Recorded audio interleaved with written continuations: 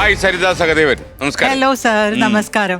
ഈ പുൽപ്പള്ളി എന്ന് പറയുന്നത് ഗ്രാമമാണോ നഗരമാണോ? ഗ്രാമപ്രദേശമാണ്. പാലക്കാട് ജില്ലയിലെ ചിറ്റൂരിനടുത്തുള്ള ഒരു കൊച്ചു ഗ്രാമമാണ്. ചിറ്റൂർ എന്നൊക്കെ പറയുമ്പോൾ സംഗീതത്തിന്റെ ഒക്കെ സ്ഥലമാണ്. സംഗീതത്തിന്റെയും കരിമ്പനകളുടെയും കരിമ്പനപ്പട്ടകളിൽ കാറ്റ് പിടിക്കുമ്പോഴാണല്ലോ പാലക്കാട് പുതിയ ഓരോ ജീവിതം വരുന്നത് അല്ലേ? ഓക്കെ, അതും വളരെ സന്തോഷമുള്ള ഒരു കാര്യമാണ്. ഇപ്പൊ എവിടെയാ താമസിക്കുന്നത്? ഞാൻ പൊൽപ്പുള്ളിയിലാണ് താമസിക്കുന്നത്. പൊൽപ്പുള്ളി പഞ്ചായത്തിലെ കല്ലൂട്ടിയാൽ എന്ന് പറയുന്ന ഒരു പ്രദേശത്താണ് താമസിക്കുന്നത്. വീട്ടിൽ ആരൊക്കെയാ ഉള്ളത്? വീട്ടില് അമ്മ, പിന്നെ എന്റെ ഇരട്ട ആൺമക്കള്, ഹസ്ബൻഡ്. അവര് വന്നിട്ടുണ്ടല്ലേ? വന്നിട്ടുണ്ട്. ഇവരില്ലേ ആ സഹോദരന്മാര്? അതെ. താങ്കളുടെ പേരെന്ത്? അദ്വൈത്. അദ്വൈത്. ആബിന്ദ്. ആബിന്ദ്. കൂടെ വന്ന മറ്റു രണ്ടുപേരാരാണ്? ഒന്ന് എന്റെ അമ്മയാണ്. അമ്മയുടെ പേരെന്താ? പങ്കജം. ആ അമ്മയുടെ പേര് അംബിക. അംബിക അമ്മായിയാണ് അല്ലേ? അമ്മായി എന്ന് പറയുമ്പോ പെങ്ങളാണ്. അച്ഛന്റെ പെങ്ങളാണ്. അമ്മായി എവിടെ താമസിക്കുന്നു? ഞാൻ നല്ലേപ്പിള്ളിയിൽ എന്നെ കല്യാണം കഴിച്ചു കൊടുത്തിരിക്കുന്നത്. അവിടെ നിന്ന് ഞാൻ അതൊക്കെ വളരെ പണ്ടല്ലേ കല്യാണം കഴിച്ചുകൊണ്ടിരുന്ന നമുക്ക് ഇന്നലെ നടന്നപോലെ ഒരു ഡയലോഗിൽ അടിച്ചത്. മോളുടെ അടുത്തേക്ക് ഞാൻ എപ്പോഴും വരും. അപ്പൊ ഇന്നിപ്പോ ചില ചോദ്യങ്ങൾക്ക് മറുപടി പറയേണ്ടി വരും. അമ്മായി റെഡിയാണോ? അമ്മ പറയും, ചേച്ചി പറയും, എനിക്കൊന്നും അറിയില്ല. അമ്മായും പറയും, നോക്കിയോ നിസ്സാര ചോദ്യങ്ങളല്ലേ ഞാൻ ചോദിക്കാൻ പോകുന്നത്. അപ്പൊ നമ്മള് സരിതയെ ബുദ്ധിമുട്ടിക്കാനൊന്നും പോകുന്നില്ല. ഓക്കെ സരിത. അപ്പൊ ഇത് കൂടാതെ വീട്ടിൽ ഹസ്ബൻഡും ഉണ്ട്. അദ്ദേഹത്തിന്റെ പേര് മണികണ്ഠൻ. അതെന്താ ചെയ്യുന്നേ? അദ്ദേഹം ഇപ്പൊ നിലവില് തൃശ്ശൂർ ഒരു കമ്പനിയിൽ വർക്ക് ചെയ്യാണ്. സരിത ഇപ്പൊ എന്ത് ചെയ്യുന്നു?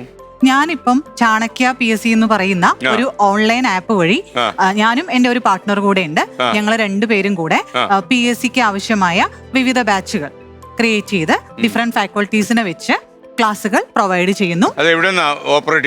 പാലക്കാട് ഇരുന്നുകൊണ്ട് അഡ്മിഷൻ പ്രോസസ്സും ടീച്ചേഴ്സിനുള്ള പേയ്മെന്റ് ആ പറയുന്ന സംഭവങ്ങളെല്ലാം ഞാൻ ഹാൻഡിൽ ചെയ്യും. പിന്നെ ടെക്നിക്കൽ ആയിട്ടുള്ള കാര്യങ്ങൾ കാസർഗോഡ് ഇരുന്നുകൊണ്ട് എന്റെ പാർട്ട്ണർ ചെയ്യും. ഇത് വലിയ സംഭവമാണോ? ഒന്നുമല്ലാത്ത എന്നെ സംബന്ധിച്ച് ഇതൊരു വലിയ സംഭവമാണ്.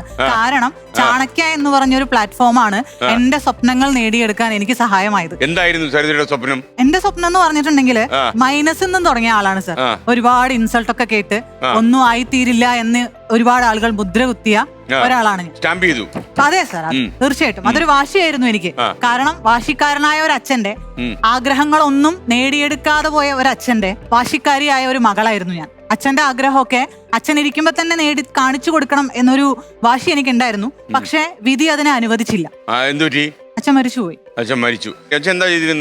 അച്ഛൻ പശു കച്ചവടക്കാരനായിരുന്നു. അച്ഛൻ ഒരുപാട് കടം ഉണ്ടായിരുന്നു. അച്ഛൻ ഒരു വാത്സല്യം മമ്മൂക്കയായിരുന്നു.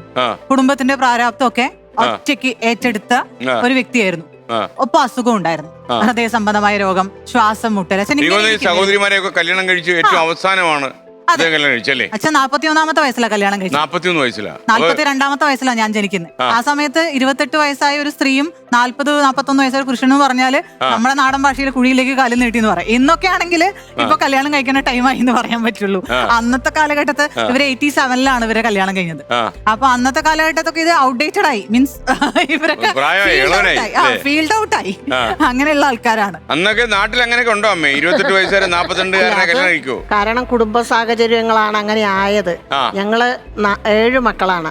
അതിൽ മൂത്ത മോളാണ് ഞാന്. ഈ കൂടുതലുള്ള മക്കളുടെ അവിടെ വന്നിട്ട് ആരും പെണ്ണെടുക്കാൻ തയ്യാറാവില്ല. അന്ന് അങ്ങനെയായിരുന്നു അന്ന്. കൂടുതൽ ആളുണ്ട് ആ വീട്ടിലെ കാര്യം വരുന്നില്ല, വരില്ല. അങ്ങനെ വന്ന് വീണതാ ഈ മനുഷ്യൻ.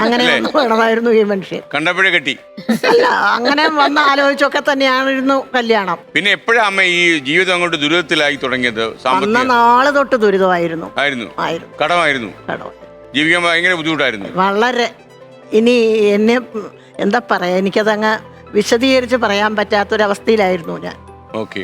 അപ്പൊ ഈ വീട്ടിലേക്കൊക്കെ കടക്കാർ കയറി വരുമോ? അന്നത്തെ ഒരു ചിത്രം എന്തായിരുന്നു? വീട്ടിലേക്ക് നിരന്തരം കടക്കാർ കയറി വരുമായിരുന്നു. അച്ഛന് അധികവും ജോലി എടുക്കാൻ പറ്റാത്ത അവസ്ഥ. അച്ഛൻ 10 ദിവസം വീട്ടിലും 20 ദിവസം ഹോസ്പിറ്റലിലും മരുന്നും ഒക്കെ ആയിട്ടാണ് പോയിക്കൊണ്ടിരുന്നത്. അപ്പോ ഈ പലിശകൾ ഇങ്ങനെ പലിശയ്ക്ക് വാങ്ങിക്കുകയാണല്ലോ ചെയ്യാം. അപ്പൊ ഈ പലിശകൾ ഇങ്ങനെ കൂടിക്കൊണ്ടുവരും. അച്ഛനൊരു പേരാണ് വേടിച്ചാ കൊടുക്കാത്തവൻ എന്നുള്ളത്. കടം വാങ്ങിച്ചാൽ തിരിച്ചു കൊടുക്കാത്ത ആളെന്ന്. അച്ഛൻ വളരെ അഭിമാനിയാണ്. പക്ഷെ അച്ഛന് നിവൃത്തിയില്ല, തിരിച്ചു കൊടുക്കാൻ വേറെ ആരുമില്ല, അച്ഛനെ സപ്പോർട്ട് ചെയ്യാൻ ആരുമില്ല. ഞാനൊക്കെ ജനിച്ചിട്ടല്ലേ ഉള്ളൂ. ഞാൻ ഒറ്റ മോളെ. അതെ.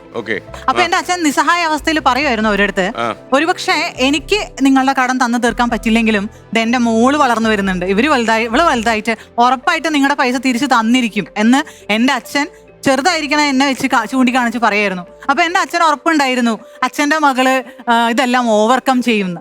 പക്ഷെ അദ്ദേഹത്തിന് അത് ഒരു 10ാം ക്ലാസ്സിലോ അങ്ങനെയൊക്കെ പഠിക്കും. അങ്ങനെ ആ ഒരു ടൈമില്ല. വീട്ടിൽ പഠിക്കാനൊക്കെ ഉള്ള ഒരു സാഹചര്യം ഉണ്ടായിരുന്നു. അപ്പോ ആക്ച്വലി ഇവര് രണ്ടുപേരും പിന്നെ അച്ഛന് ഒട്ടും വിദ്യാഭ്യാസം ഇല്ല, പക്ഷെ എല്ലാ കാര്യങ്ങളും പക്ക അപ് ടു ഡേറ്റ് ആണ് അച്ഛൻ. ഏതൊരു ഇൻസിഡന്റിനെ കുറിച്ച് ചോദിച്ചാലും അത് ഇന്ന വർഷം, ഇന്ന മാസം, ഇന്ന തീയതിക്ക് നടന്നു എന്ന് ഓർത്തു പറയുന്ന ഒരാളാണ്. അമ്മ അത്യാവശ്യം പഠിച്ചിട്ടുണ്ട് നന്നായിട്ട്. ഈ ബന്ധുക്കൾക്കൊക്കെ സഹായമായിട്ട് അവർ വരുമായിരുന്നു, അതോ അവർക്കൊക്കെ അച്ഛന് ഇഷ്ടമല്ലായിരുന്നു? അച്ഛനെ പൊതുവെ അച്ഛൻ ഒരു സ്ട്രെയിറ്റ് ഫോർവേഡായ മനുഷ്യനായിരുന്നു. അച്ഛന്റെ ആറ്റിറ്റ്യൂഡിനോട് നമ്മുടെ കുടുംബത്തിലെ ചില ആളുകൾക്കൊന്നും ദഹിക്കാൻ പറ്റില്ലായിരുന്നു. വലിയ താല്പര്യക്കുറവാ. അച്ഛന്റെ ഒരു ആറ്റിറ്റ്യൂഡ് അച്ഛൻ വെട്ടിത്തുറന്ന് പറയും. എന്തുണ്ടെങ്കിലും അച്ഛൻ ഒളിച്ചു വെക്കില്ല, മുഖത്ത് നോക്കി പറയും. മുഖത്ത് നോക്കി കാര്യം പറയുന്ന ആൾക്കാരെ പൊതുവെ സമൂഹത്തിന് താല്പര്യമില്ല. തീർച്ചയായിട്ടും അച്ഛന്റെ മോളല്ലേ. ജനപ്രിയതയുണ്ടോ? എന്നെ നന്നായിട്ട് അറിയുന്ന ആളുകൾക്ക് ഞാൻ പ്രിയങ്കരിയാണ്. പക്ഷെ ഞാൻ എന്താണെന്ന് വ്യക്തമായി മനസ്സിലാക്കാത്തവർക്ക് ഞാനൊരു എന്താ പറയാ, തീർച്ചയായും.